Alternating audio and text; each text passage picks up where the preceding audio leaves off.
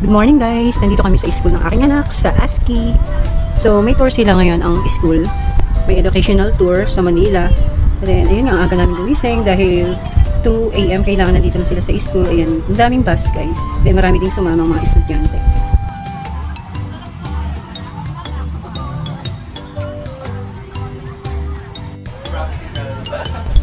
So hahanapin namin yung bus nila kung anong number. So ayun nga guys, ang dami-daming estudyante na sumama ngayon sa educational tour nila. So ayun nga. So sabi ko sa anak ko, bago siya sumakay sa bus nila, mag-CR muna siya, di ba? So ito na nga guys, ang mga bata naghihintayin pa rin. Hinihintay nila yung mga kaklase nila, lahat. Ayun nga. Kailangan kumpleto ang mga bata, yung bago lumakad ang bus. Tumakbo ang bus. Ayun.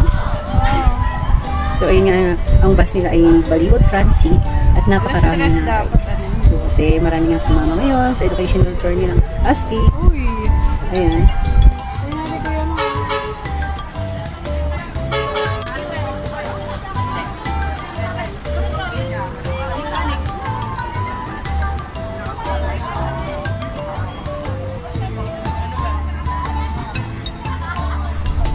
Ayun nga guys, nihintay namin yung mga classmate niya. And then hinahanap pa rin yung bus nila kung anong number na siya.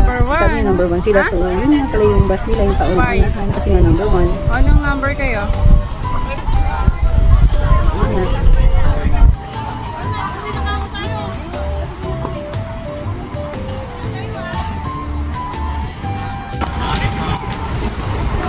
Yun, narekta na niya yung bus niya, number 1 sila.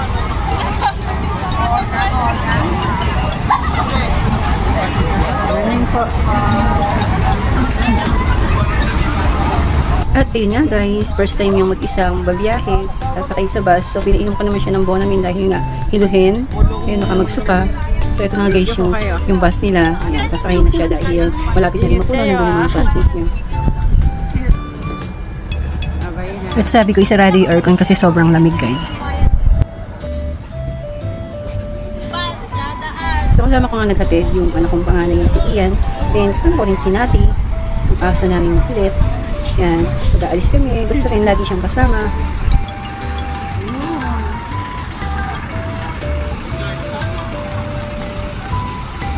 At yun nga guys, naghihintayin pa rin ang ibang estudyante. Ayan nga pala yung anak ko, kasama namin si Nati, ang aso namin makulit. So ayun guys, sobrang dami ng bus ngayon. Ang dami sumama mga estudyante, mga bata.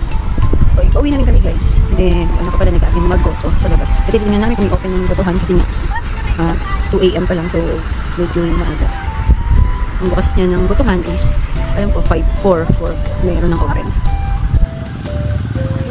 Umalis na nga rin kami guys. Kasi nasakay naman yung anak ko sa bus nila.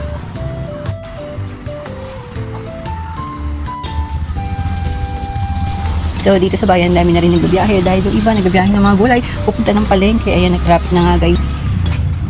Nag-traffic na kasi nga marami din sasakyan na nagkatid sa kanilang mga anak sa school. So, ayan, naghahanap kami ng kakainan ng gotohan. So, nagugutom din anak ko panganay. Ayan, naaya ko naman Ito muna, bumili ko ng emong. So, walang mga bukas guys. So, ang nakita lang namin ay dito sa tapat ng ospital. Ayan, always open yan sa tapat ng simbahan. Ayan dito. Always open yung gotohan dito na naka-card. Masarap naman guys. At mabilis sila.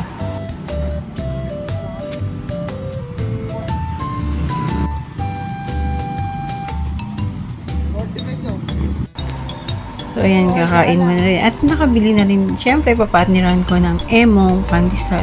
Papartneran natin ang ating goto, ang ating lugaw ng emong pandesal. Ayan, mainit-init pa yan guys. So ayan nga, pati yung namin, yung papi namin makulit. Ayan, laging kasama. Ayan guys, pauwi na rin kami ng anak ko.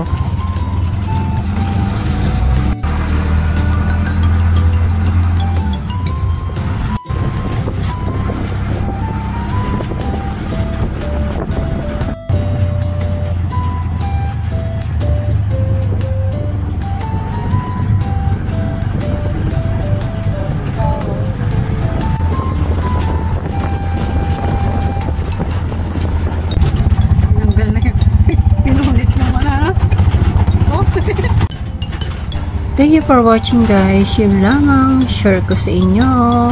Bye!